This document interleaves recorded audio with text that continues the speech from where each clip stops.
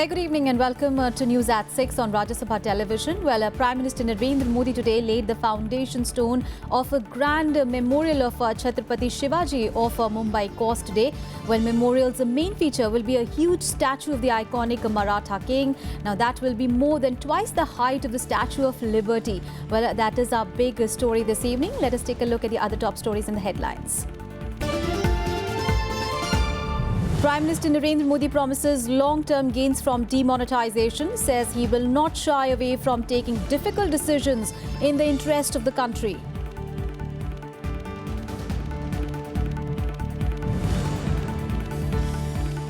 Prime Minister lays the foundation stone of the Chhatrapati Shivaji Maharaj Memorial off Mumbai coast, addresses a public rally after flagging off 2 metro rail projects and the Mumbai Trans Harbour Link.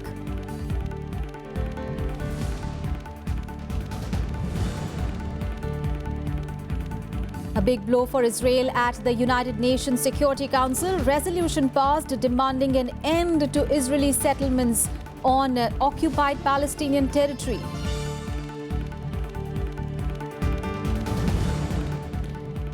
And Syrian civilians enter Ansri and Zibdiah neighbourhoods in eastern Aleppo for the first time in 5 years. Army says it has brought security and safety back to the city.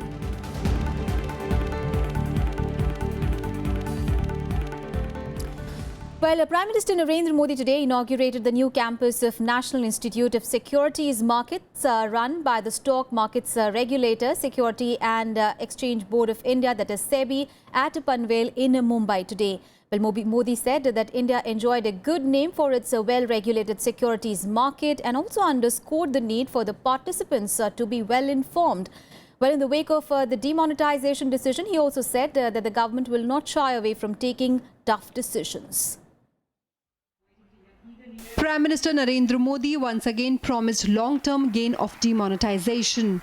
Almost after 46 days, his government abolished high-value banknotes to flush out unaccounted money in the economy. Modi also said he will not shy away from taking difficult decisions in the interest of the country. We will not shy away from taking difficult decisions if those decisions are in the interest of the country. Demonetization is an example. It is a short-term pain, but will bring long-term gain. Speaking at an event in Mumbai, the Prime Minister said his government will also undertake other reform measures to make India a developed country within a generation. My aim is to make India a developed country in one generation. India cannot become a developed country without world-class securities and commodity markets. Therefore, I look forward to a growing contribution from all of you in making the financial markets more relevant to this new era. Modi later addressed a public function at the Mumbai Metropolitan Region Development Authority ground in suburban Bandra, where he laid the foundation stone for 2 metro rail projects, elevated rail corridors project and Mumbai Trans Harbour Link. सम्मान से जीने के लिए विकास ही एक मार्ग होता है और इसलिए भाइयों बहनों, जब से आपने हमें दायित्व दिया है, हमने विकास को ही केंद्र बिंदु में रखा है और जब हम विकास को केंद्र बिंदु में रखा है, तब हमारे मन में साफ है कि विकास वो हो जो सस्टेनेबल हो, विकास वो हो जो गरीबों को अपनी जिंदगी में बदलाव लाने का मौका देता हो. Also on his agenda is laying the foundation stone of the Pune Metro Rail project at the Agriculture College ground in the city. Bureau Report, Rajya Sabha TV. Well, amidst a lot of criticism and allegations of BJP hijacking the event, well, Prime Minister Narendra Modi performed a symbolic puja for the proposed memorial of Chhatrapati Shivaji. Now, besides the Jal Pujan, the other highlight of the occasion was the hovercraft that the Prime Minister boarded to get to the spot in the Arabian Sea. Prime Minister Narendra Modi travelled in an Indian Coast Guard hovercraft to perform a symbolic Jal Puja for the proposed 3,600 crore rupee memorial of Chhatrapati Shivaji Maharaj. The Shiv Smarak is coming up in the Arabian Sea, around 1.5 kilometers from the Mumbai shoreline opposite Marine Drive. Descendants of the Maratha warrior Udayanraje Bhosle and Sambhaji Raje Bhosle were also present on the occasion. The massive scale of the ceremony, however, invited a lot of criticism from the opposition. सवाल बहुत सारे खड़े हो रहे हैं। क्या इसका design final हुआ है? क्या टेंडर डॉक्यूमेंट बनाए गए? क्या टेंडर फ्लोट किया गया? बजटरी प्रोविजन किया गया? सारी परिस्थितियां देखते हुए ये लगता है कि कहीं ना कहीं आगामी चुनाव जो महाराष्ट्र में 26 जिला परिषद के होने वाले हैं, 10 महानगर पालिका के होने वाले हैं, ये सभी चुनावों को प्रभावित करने के लिए आज का ये कार्यक्रम रखा गया है। ये शिवाजी का स्मृति स्थान बनना चाहिए। ये तो कांग्रेस की नीति थी, कांग्रेस ने वो प्लान सारा बनाया था, उसका श्रेय ये लोग क्यों काय के लिए लेते हैं मुझे मालूम नहीं। अभी तक वो जो कर रहे हैं वो कांग्रेस ने किए हुए जो बातें हैं वही दोहरा रहे हैं, दूसरी बात कोई नहीं है। The Shiv Sena too appeared unhappy with its ally, alleging that it had hijacked the occasion to take political mileage. किसी एक पार्टी का ये श्रेय नहीं है और खास करके सत्ताधारी पार्टी बीजेपी हो या जब कांग्रेस एनसीपी थी तब भी ये श्रेयवाद का मुद्दा हमेशा ही उठता आया है किसी भी प्रकल्प के बारे में। मगर जिन मित्र पक्षों ने आपको साथ दिया है उन मित्र पक्षों, चाहे वो राजू शेट्टी जी की पार्टी हो, विनायक मेटे जी की हो, तो इन सभी को आप इस प्रकार से उनको नजरअंदाज नहीं कर सकते। The proposed statue will be 192 meters tall, showing a triumphant Maratha king riding a horse. The statue will be surrounded by an art museum, an amphitheatre, auditorium, exhibition gallery and other facilities. Bureau Report, Rajya Sabha TV.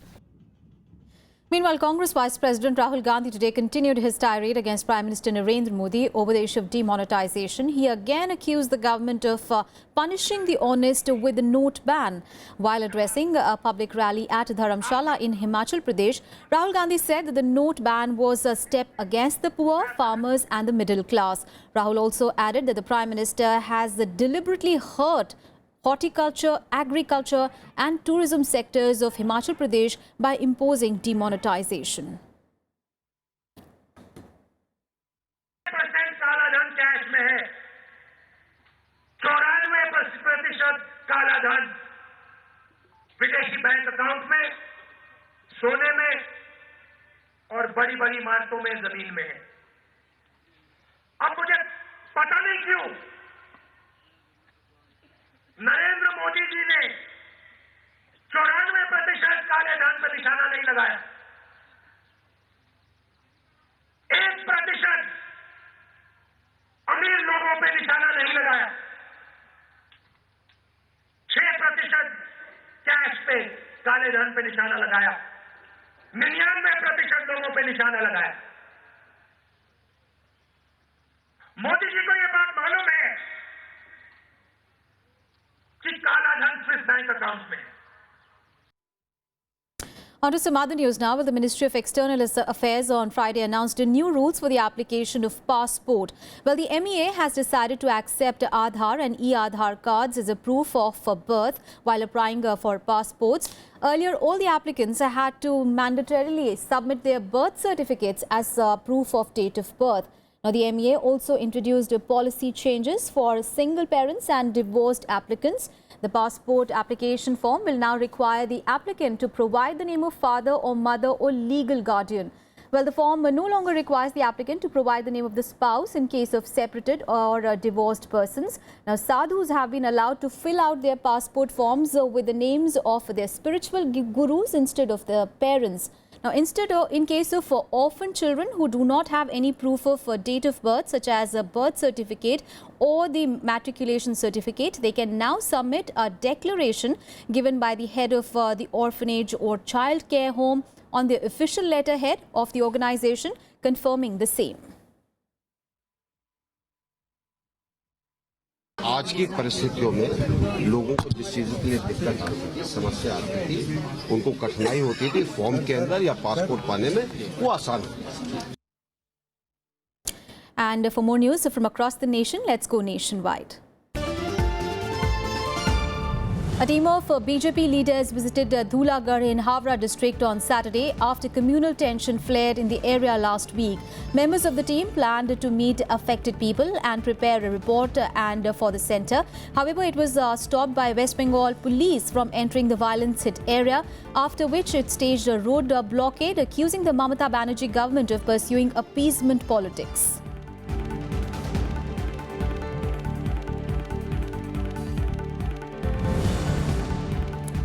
A Delhi court today granted bail to Chief Minister Arvind Kejriwal in the case of allegedly giving false information in an affidavit filed in the run-up to 2013 assembly polls. The magistrate granted the relief to Kejriwal, who appeared in court in pursuance of its direction on a personal bond of 10,000 rupees and posted the matter for next hearing on 7th of April next year.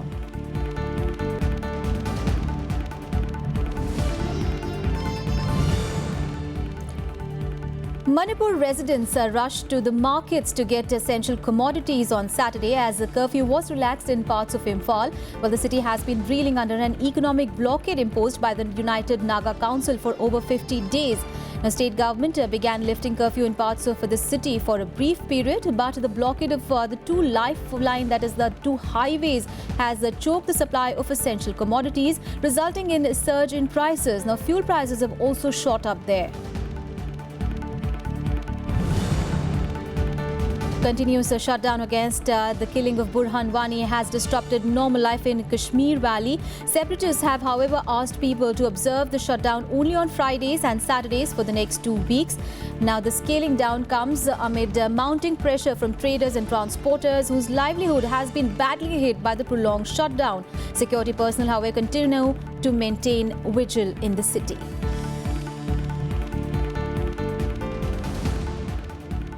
We'll take a very short break here. Up next, we have all the international and sports news. Stay tuned.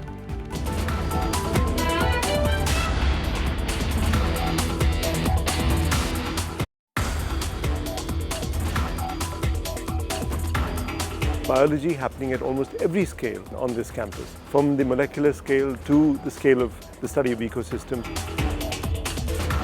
Been involved in discovering mechanisms that are fundamental to all cells that are creating these endocytic processes. If you think about castes as interbreeding communities, small interbreeding communities, one can just see the consequences of consanguinity that castes would inevitably bring. Watch Eureka with Professor Satyajit Mayer, Director NCBS Bengaluru on Rajya Sabha Television.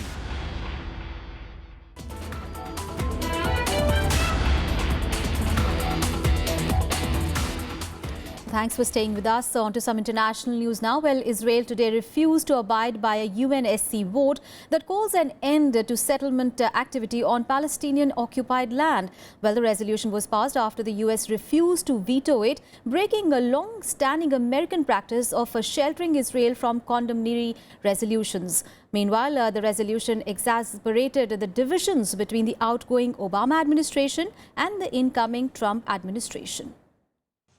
In a blow for Israel, the United Nations Security Council on Friday passed a resolution demanding an end to Israeli settlement building on occupied Palestinian territory.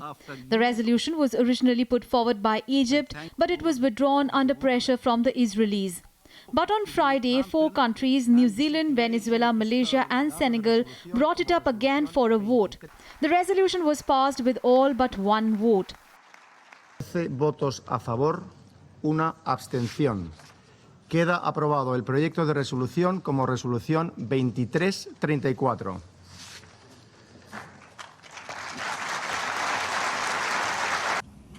Significantly, the US abstained, refusing to block the resolution with a veto, defying extraordinary pressure from Prime Minister Benjamin Netanyahu's government. About 5 lakh Jews live in settlements built since Israel's 1967 occupation of the West Bank and East Jerusalem. The issue is one of the most contentious between Israel and Palestine. This forum too often continues to be biased against Israel because there are important issues that are not sufficiently addressed in this resolution, and because the United States does not agree with every word in this text, that the United States did not vote in favor of the resolution. But it is because this resolution reflects the facts on the ground and is consistent with U.S. policy across Republican and Democratic administrations throughout the history of the State of Israel that the United States did not veto it. Who gave you the right to issue such a decree, denying our eternal rights in Jerusalem? Would this council have had the nerve to condemn your country for building homes in your capital? The Council has finally chosen to act is significant after years of paralysis, as is the fact that this resolution has been adopted with majority support, overwhelming majority support. But this step requires vigilant follow-up if it is to be meaningful, to stem further deterioration and salvage the two-state solution. However, the UN vote also highlighted differences between Obama administration and his successor Donald Trump. Ahead of the vote, Trump had, in a tweet, called on the Obama administration to wield its Security Council veto. After the vote, Netanyahu's office accused the Obama administration of colluding with the United Nations and said it looked forward to working with Trump. Meanwhile, Trump also tweeted after the vote, "As to the UN, things will be different after 20th of January. This is the date when he takes office." The US and most other nations consider Israeli settlements in the West Bank and East Jerusalem as an obstacle to the hopes of a two-state solution between Israelis and Palestinians. Bureau Report, Rajya Sabha TV. And US President Barack Obama has signed into the law the National Defense Authorization Act of 2017, which enhances security cooperation with India. Well, the National Defense Act of 2017 entails steps which are needed to recognize India as a major defense partner of the United States. It also reportedly sanctioned a $618 billion defense budget for 2017. Well, the move, which enhances security cooperation between the two nations, also conditions nearly half of the funding to Pakistan on a certification that it is taking demonstrable steps against the Haqqani network. Now, a summary of the bill released by the chairman of the Senate Armed Services Committees, Senator John McCain, said that NDAA 2017 enhances the security cooperation between the United States and India. On to news from the Middle East now. Well, after the full evacuation of rebels, now Syrians return to the heavily damaged neighbourhoods in eastern Aleppo for the first time in 5 years. Well, the Syrian army had retaken Aleppo completely and brought safety back to the city as the last group of rebel fighters were evacuated on Thursday. Well, the final phase of the evacuation ended when the convoy carrying nearly 150 people departed towards the rebel-held areas outside the city. Well, under a deal brokered by Turkey and Russia, convoys of buses and cars have shuttled thousands of civilians and fighters out of Aleppo's last rebel-held pockets towards opposition areas outside the city since late last week. Now, obstructions were removed along various roads in Aleppo after the city welcomed a substantial victory for the anti-terrorism front. Well, the Syrian government has begun the process of clearing up explosives and debris in the last few areas that were previously controlled by the militants. After removing the obstructions on the roads, now Syria plans to start its journey of rebuilding Aleppo.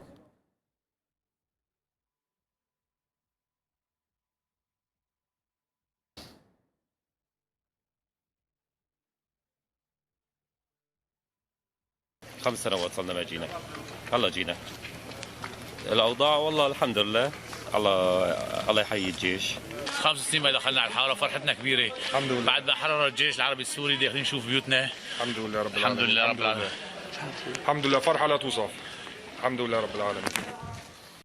More international news in Global Buzz. Russian President Vladimir Putin said that Russia was willing to continue enhancing ties with China, both within economic cooperation and international issues. Now, Putin also said both the countries held similar stances on some key issues which help maintain the world's stability, while the Russian president also congratulated China on its currency's inclusion in the International Monetary Fund's special drawing right basket. The German police yesterday arrested two men suspected of planning an attack on a shopping mall in the West German state of North Rhine-Westphalia. While other suspects, the two brothers, aged 28 and 31, who were born in Kosovo, were arrested after information provided by the security sources. Remember, a lorry attack on a Berlin Christmas market had killed 12 people on Monday.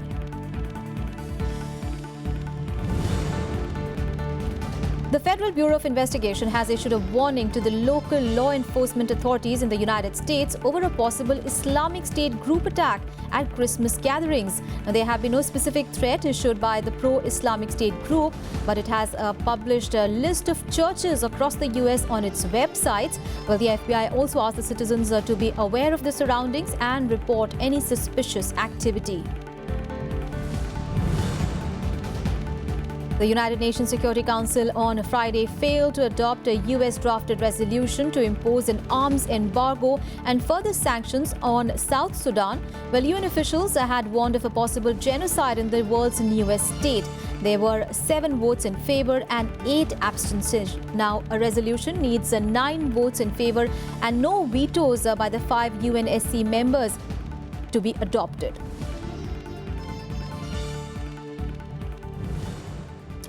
Time now for all the sporting action in SportsBeat. India defeated hosts Sri Lanka by 34 runs on Friday to lift the Asian Cricket Council Under-19 Asia Cup title. While opting to bat first, India posted a competitive 273 for 8 in their 50 overs and then rode on its spinners' fine bowling effort to bowl out Sri Lanka. Now, under 239 in 48.4 overs. AC Milan defeated arch rivals Juventus via penalties to win the Italian Super Cup in Doha on Friday, their first title since 2011. Well, Milan won the game 4-3 on penalties after a hard-fought match was locked at 1-1 after the regulation time. Now, Mario Mandzukic and Paulo Dybala missed their spot kicks for Juventus. Argentine tennis star Juan Martín del Potro and American Madison Keys have withdrawn from their respective singles event in the 2017 Australian Open. Ongoing fitness issues have forced del Potro out of the year's first major, while Keys, who finished in 2016 as ranked 8th in the world, will miss the tournament after a minor wrist surgery. Crystal Palace have appointed former England boss Sam Allardyce as manager on a 2.5-year deal, a day after sacking Alan Pardew. Now, Pardew was sacked on Thursday with the club was 17th in the Premier League after a run of 1 win in 11 games. Now, Allardyce has been out of work since losing the England job after 67 days in the wake of a newspaper sting against him. That's all in this edition of news. Thanks for watching.